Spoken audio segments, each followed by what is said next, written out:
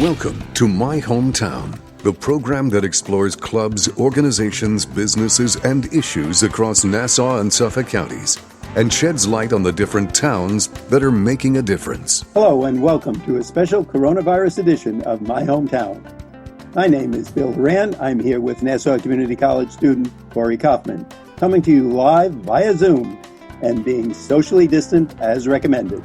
And today, we're shining the spotlight on a nonprofit organization that's helping Long Islanders in the wake of the corona pandemic. Today, we're going to learn how United Way of Long Island has come together to support fellow Long Islanders in this new normal. Yes, Corey, our guest today is the president and CEO of the United Way of Long Island, Theresa Regnante.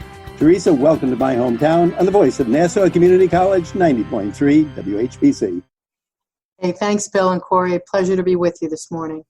First of all, Theresa, how are you doing and how's your family during these times? You know, personally, I'm well, thank God.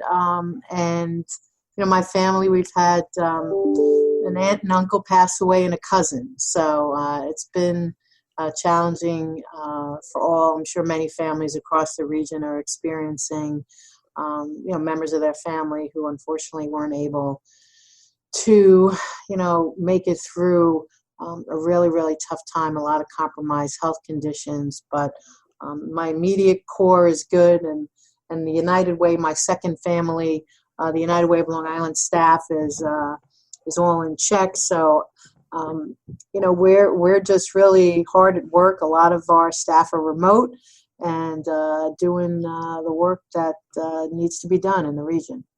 Well, on behalf of Corey and myself, our condolences to you and the family.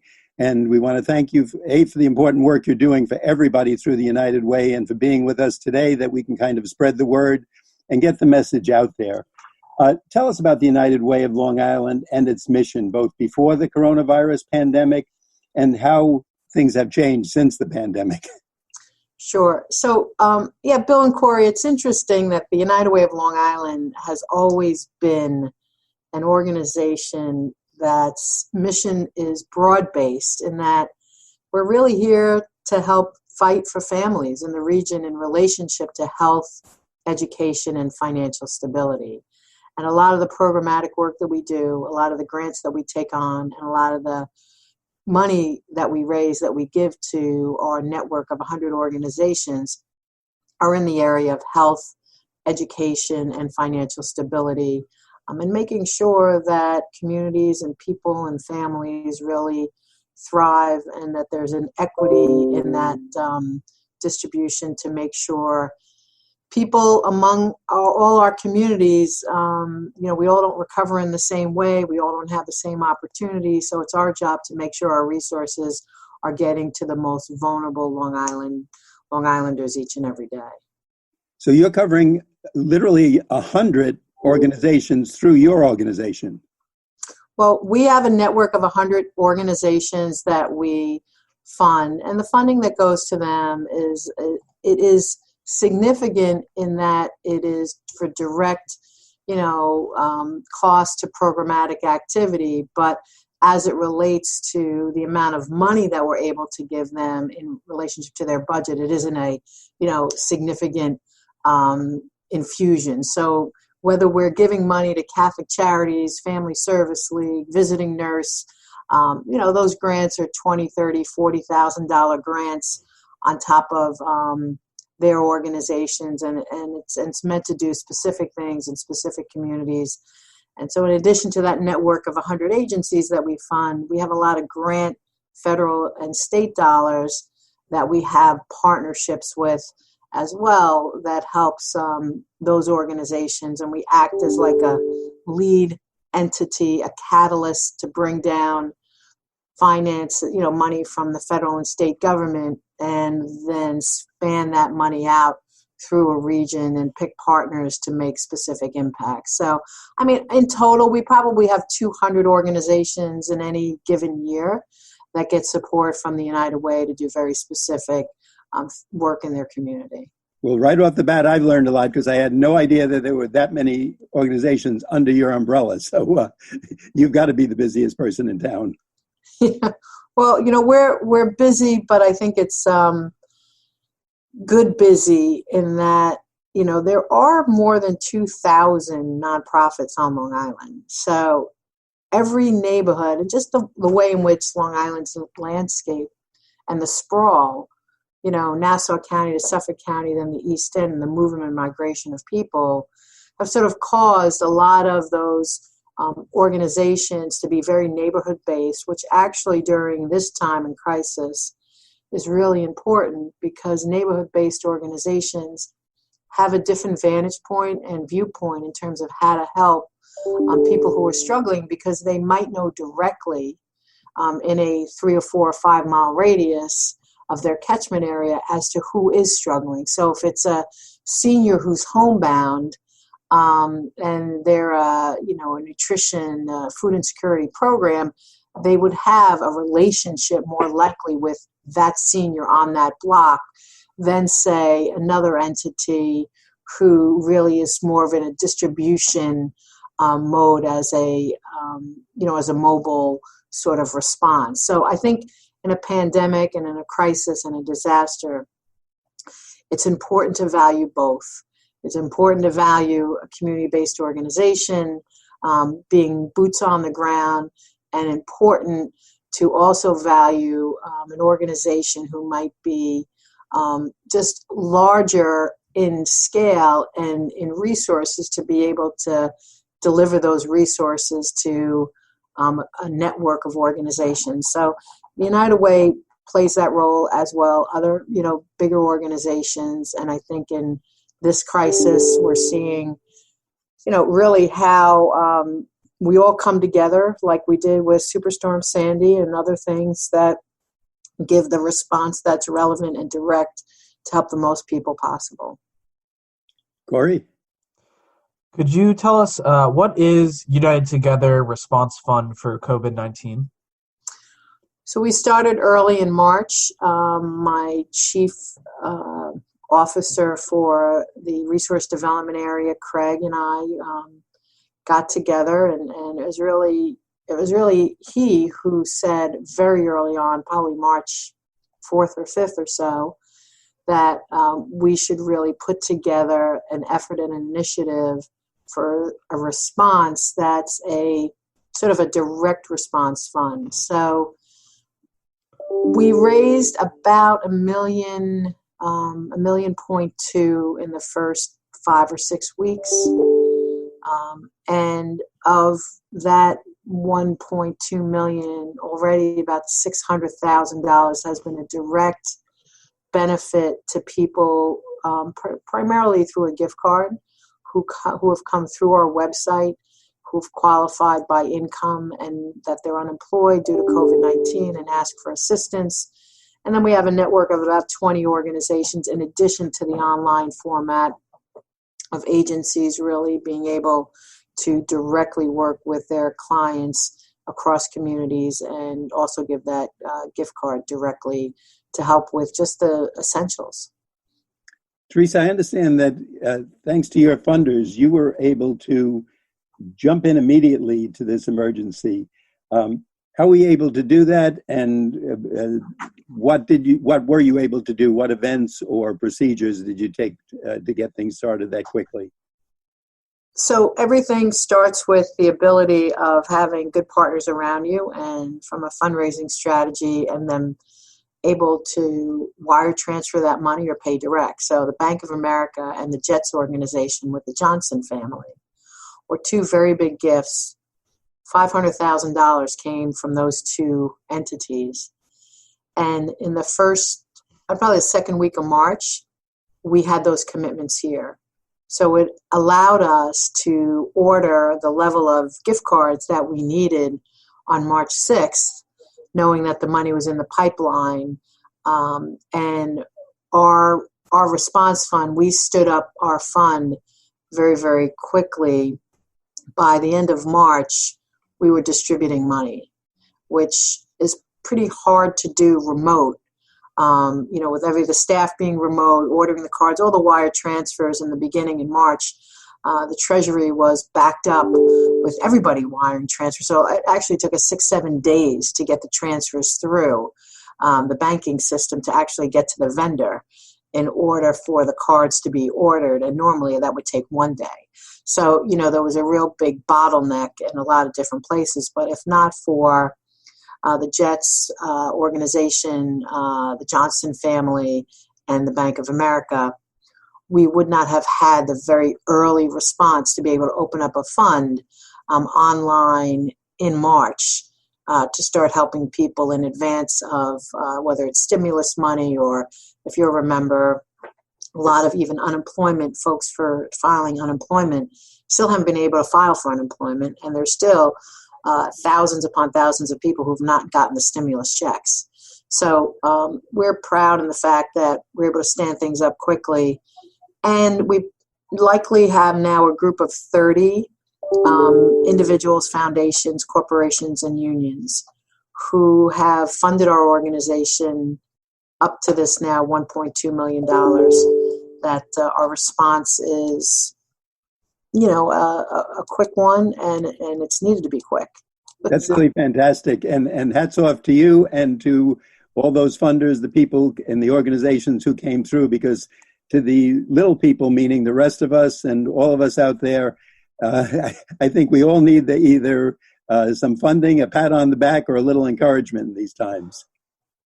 Yeah, absolutely. I mean, I think whether we're delivering meals to hospitals and, helping young moms who are having babies and getting essentials to them, we've gotten a lot of notes back, which are really nice. It just really said, hey, I got my gift card in the mail. You really brightened up my day. And the fact that, we could put a couple of smiles on people's faces is a good thing.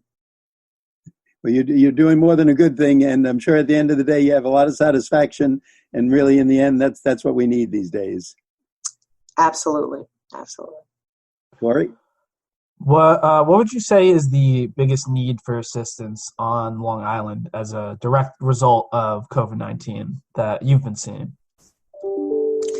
So the direct, the need for assistance is honestly for people first to look in their own circumstances and take a step back. And I think a lot of people have a different perspective and a little bit more understanding of essential workforce and what an essential workforce does and the importance to an economy. So whether it is, the restaurant industry and certainly the healthcare workers, the childcare professionals, those people who are working in circumstances that are really difficult circumstances, I would think is the largest need to assist that core of people to help us all get through this time, right? So usually in disasters, things are staged in month increments. And so, you're in an immediate response phase now with a health and human service community doing a lot for food insecurity and helping people who whether can't get groceries delivered to their home, just a variety of challenges. I know, like, for instance, my parents are 90 and 87. I'm the only child of 5 here. So I'm shopping for them twice a week. And it was a little challenging with my list and their list until I started integrating the list because I was going down aisles and it was like having a very tough experience shopping for 2 and 3 different lists at the same time. But I mean, that level of assistance, neighbor helping neighbor, is very, very important. And for us to recognize that there's an initial response and then there will be a longer term response for the programs that are going to have to be in place for the future. Theresa, how are you getting resources out to the people as they need them? We're also sheltering in place, staying in, limiting outside contact today. Has that been a problem, or are you able to get them out to the people?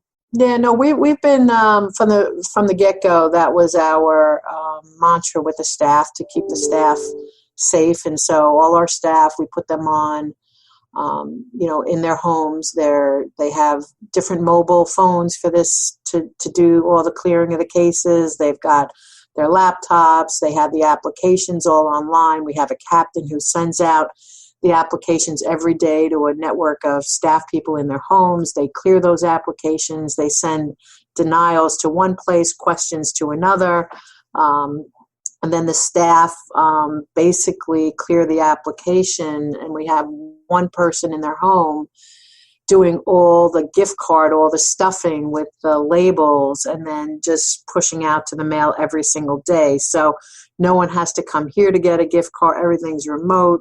The staff hasn't had to have a lot of interaction back and forth to the office. And I think we've helped near around 5,000 people right now. Wow.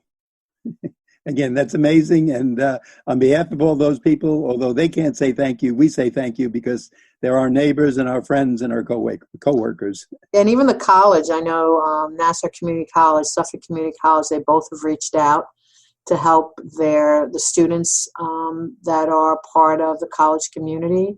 A lot of students who are working part-time, who lost their jobs and are struggling with, tuition. So we've encouraged the college to make sure that the links go out to the network of students. And we're seeing a lot of young people who, living at home and struggling. Also, it's fine that they're living at home. We're still able to give them the gift card and to help them support the household and the things that they need. That's another wonderful effort. Many of those students are working so hard between working, going to school, maybe taking care of a family or being part of a family, and getting into their classes, even now if it's remotely. I give them an amazing amount of credit just for what they're doing. And again, thank you for your role in this. Thanks, Bill. Corey? What are some of the other initiatives that have stemmed out of the United Together Response Fund? We are standing up right now. Actually, yesterday, we started a campaign and appeal for Born United, EGC Media.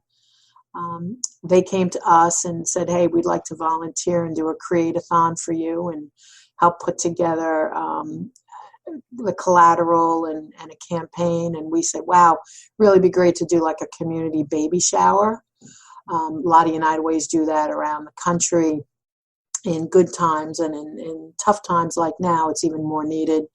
So we've got a network of hospitals who are getting gift cards now from us for moms who are delivering babies. And thank God the hospital system's opening up a little bit because they're, whether spouse or significant other actually now can go into the hospital, whereas prior it's been really, really tough that folks have had to just go in and deliver and not have anybody there with them. But that's starting to open up a little bit. So it's actually appropriate around now Mother's Day and Father's Day that we're asking people to give a contribution to #BornUnited, and we convert those dollar contributions into gift cards and are helping a network of hospitals, really helping high needs in high needs communities and folks that have young children with the essentials that they need. So that's like one pretty big effort that we're taking on now in May, and then we'll turn our attention really to the end of May, moving into June, to stand up a visiting home seniors initiative that helps seniors with universal design, age in place, accessibility. We're putting together a safe at home strategy for seniors, and we're likely to run that program and project for an entire year. I'm thinking that the oldest among us might be most vulnerable to the COVID-19, and likely that older people like my parents aren't necessarily going to be able to go back into a grocery store where you and I, Corey, might, feel safe. Some people may never feel safe for a long period of time. So we're going to do what we can to make sure the seniors in these high needs communities, in these hotspot communities, get the help that they need more longer term. Theresa, I'd just like to take this opportunity to remind our audience that you're listening to My Hometown on the voice of Nassau Community College, 90.3 WHPC. I'm Bill Horan. I'm here with Corey Kaufman. And today we're interviewing Theresa Regnante, who is the president and CEO of the United Way of Long Island. Theresa, you mentioned before if someone wanted to take part in a donation or do something, I want to give you that opportunity to tell our audience once again, if someone is listening to this and saying, how could I just even make a donation or do something, what could our audience do? And is there either a mailing address, website, et cetera, you want to tell us about? Sure. They can go on online and go to the United Way, li.org, and then / United Together Fund. And there you'll find an ability to give to the United Together Fund. We've got the Born United campaign there as well. We've also raised a fair amount of money.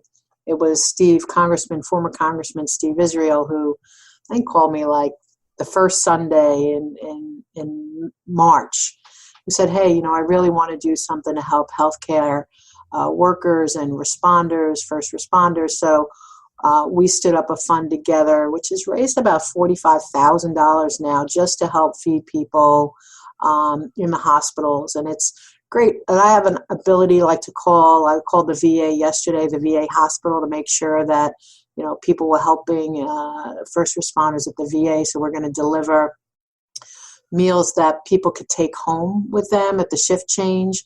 A lot of restaurants are doing great things to feed the staff lunch and all. And we're sort of trying now to make sure that as people go home, they've got something to bring home. And we've got a pizzeria doing pizza kits. So maybe if there are children, when mom or dad get home, they can make a pizza together, just have another activity, because I'm thinking people are having to be very creative during this time and having their kids sort of involved in whatever task of the day. So I think all those things are really important.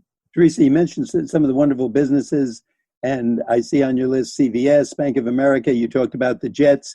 Is there some other business locally that you want to give credit to? And also, how could other business people, the local accounting agency, the restaurants, law firms, surveyors, how could they help out? Is there a tip you want to give us or to those people? Well, like I said, every disaster, requires a response, an immediate response. And thank God, United Way of Long Island is a very trusted brand. We're an organization that 85 cents of all the money that we raise all the time is going to a program, impact and helping Long Islanders in the region. A lot there's a list on our website, again, with United Together Fund. We're keeping all the logos of all the companies and, from Bethpage Federal Credit Union, who's done a lot for us in the early days of also the response, to a lot of the banking industry. MSC is a supply chain company making large gifts, individual foundations. The Roush Foundation, very well-known family foundation, has made a significant gift to the fund as well. But you'll see all those names there. Some of them are friends from labor, some of the labor unions, local, the Stop and Shop 338, local 338. So all the Stop and Shop employees, who are in a union, their union came forward and made a gift to the fund as well. So I think in this, it's a response that's really needed globally, because it's not a isolated disaster. So as you said, people who are in law firms, surveyors, everybody, they just went on United Together, Fund, went to our website. Today's Giving Tuesday. And Giving Tuesday normally happens, I guess, in and around, I'm not sure if it's Thanksgiving or Christmas or what the holiday is, but it's usually the Tuesday after the big holiday where people are asked to give or think about making a charitable donation year end. Anybody in part of the CARES Act, the stimulus bill, any American, if you're filing taxes, you now can give up to $300, even if you're doing the exemption. You can get the charitable exemption up to $300 this year for 2020 and 2021. Whereas last year, if you just filed you would not be able to take a charitable exemption if you were taking the straight exemption across the board. So your gift really matters. Your gift counts. And whether that gift goes to the United Way, which would be great, or your local food pantry, or your local senior organization, or an organization that you know is in your community on the front line doing good things, take a minute if you can, because you've been, really in a position that you can give a gift, whether it's $100, $1,000, or $10,000. I mean, people are giving really in a generous way to help neighbors who really are out of work. Corey? Why is supporting United Way of Long Island so crucial in this current climate? We're crucial, Corey, because I think we represent an ability to make sure that communities recover in an equitable fashion. So everybody sees a lot, of noise, and I say that respectfully, noise through media channels, based upon what's happening in their region. And on Long Island, if you just read the Newsday and you sort of see the caseloads and the hot spots, so Brentwood, CI, and North Bayshore are really almost double the rate of COVID cases.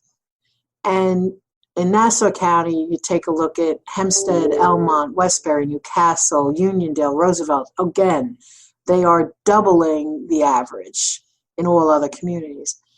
So why it's important for United Way and the money that we give is because what we do is we take a look at what's happening and what's not happening. And we have a vantage point that we're able to say, you know what, we need to do something in Hempstead. We need to do something in Brentwood. We need to help the Brentwood school system and get laptops for those kids. So when you're an island-wide organization with a perspective of equity and fairness, you sort of, as an organization, have to lead that way and say, okay, it's not all things to all people at the same time. It's really taking a look at who's really affected. The recovery of that community is going to be very different. And what is an institution and an organization going to do to galvanize resources and support to make sure that those people are not left out? Because the fact is, we all live here. We're 2.7-ish million Long Islanders, and every single one of us play a role, and we're important. It's not about those people against those people. And so we are able to sort of take a step back, give some clarity around those issues, and make sure that people across Long Island are able to have access to the money and support regardless of where you live. And that's really important. Theresa, thank you so much for the information you've given us today. Give us the website really quickly. So UnitedWayLI.org/United Together Fund is where you can go to make a contribution. No contribution is too small, and we'll make sure it gets to people who are most vulnerable during this time. Thank you for all your hard work, all the people who are working with you, as for all the Long Islanders and the people that you've been helping. Thank you, Corey. Thank you, Bill. Have a good day. We'd like our audience to know that today we've been talking to Theresa Regnante. She's the president and the CEO of the United Way of Long Island. Theresa, please keep up the good work. Thanks so much for all you're doing. You've been listening to My Hometown on the voice of Nassau Community College, 90.3 WHPC. We like to get your feedback on My Hometown. Send your comments to whpc@ncc.edu. Nassau Community College, where success starts and continues. Till next time, this is Bill St. James. And remember, there's no town like your hometown.